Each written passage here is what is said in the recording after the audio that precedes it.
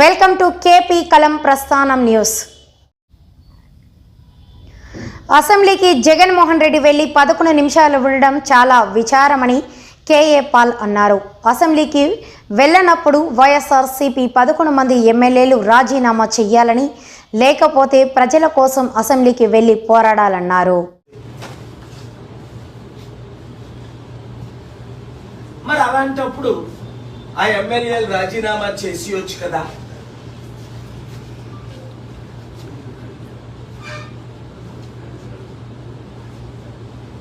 గెలుపు ఓటమి అది ఈవీఎంల ద్వారా జరగడం, ఇంకో విధంగా జరగడం మనకు తెలిసిందే.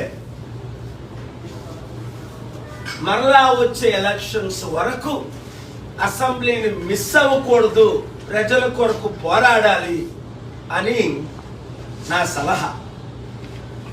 లేదంటే ప్రజలు మర్చిపోతారు.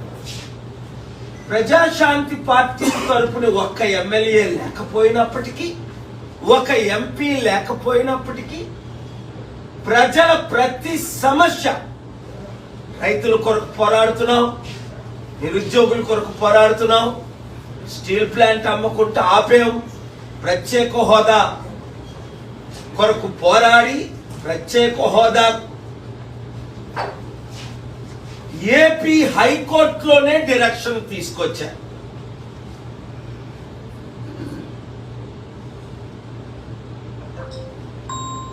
చంద్రబాబు నాయుడు గారు ఇప్పుడు ఏమంటున్నారు? ఎలక్షన్స్ ముందు జాబు కావాలంటే బాబు రావాలి అని ప్రతి ఒక్కరు అన్నారు. ఆయన ఎమ్మెల్యేలు అందరూ. ఇప్పుడు పవన్ కళ్యాణ్ కనీసం నోరు కూడా విప్పడం లేదు.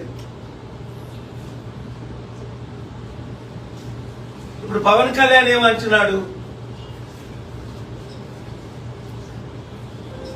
కుంభమేళ లేదా దేశం అంతా సనాతన ధర్మంగా మార్చేస్తాను అని దేశం అంతా నార్త్ ఇండియా నుంచి సౌత్ ఇండియా వరకు తిరుగుతున్నాడు. మరి ఎలక్షన్స్ ముందు పవన్ కళ్యాణ్ చెప్పొచ్చు కదా, నేను సనాతన ధర్మంలోకి మారిపోయాను, నేను అందరినీ మార్చడానికే రాజకీయాల్లోకి వచ్చానని. 30,000 మంది బాలికలు జగన్మోహన్ రెడ్డి సమయంలో మిస్ అయిపోయారు, అమ్మాయిలు మిస్ అయిపోయారు, దొరకట్లేదు, మేము రాగానే అమ్మాయిలందరినీ తీసుకొస్తామన్నారు. ఒక్క అమ్మాయినైనా తీసుకొచ్చారా?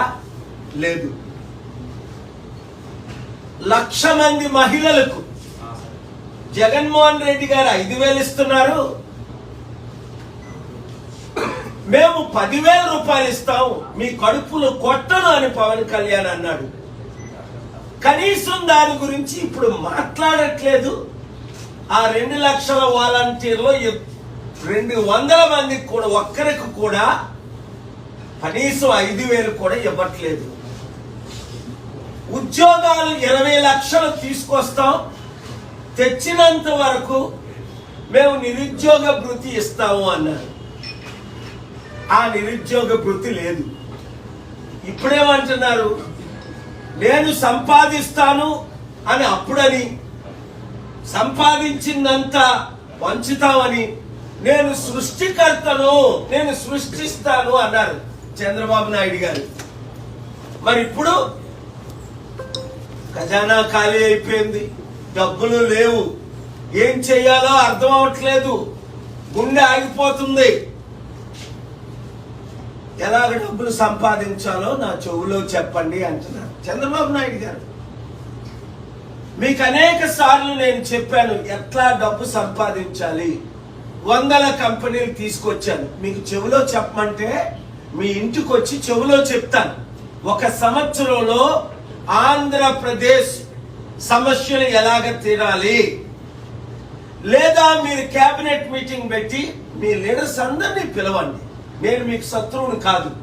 నేను ఇచ్చిన సలహాలు 1 సంవత్సరం పాటించండి. ఆంధ్రప్రదేశ్ సమస్యలు మిగతా 3 సంవత్సరాల్లో సంపూర్ణంగా సాల్వ్ అయిపోతాయి.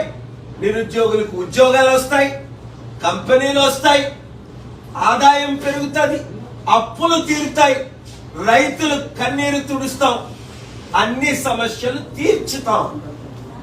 Clear points. అతి దరిద్ర భేద దేశమైన, యుద్ధాల దేశమైన లైబీరియా మీకు తెలుసు. చంద్రబాబు నాయుడు 30 రోజులు ఉన్నా మొదట యుద్ధం ఆపారు. తర్వాత 2 సంవత్సరాల్లో $2,000 బిలియన్ ఇన్వెస్ట్ చేసి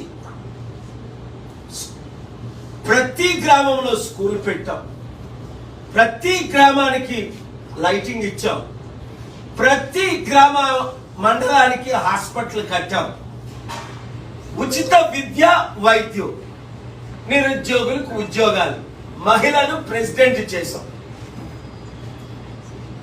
there are problems, there are solutions.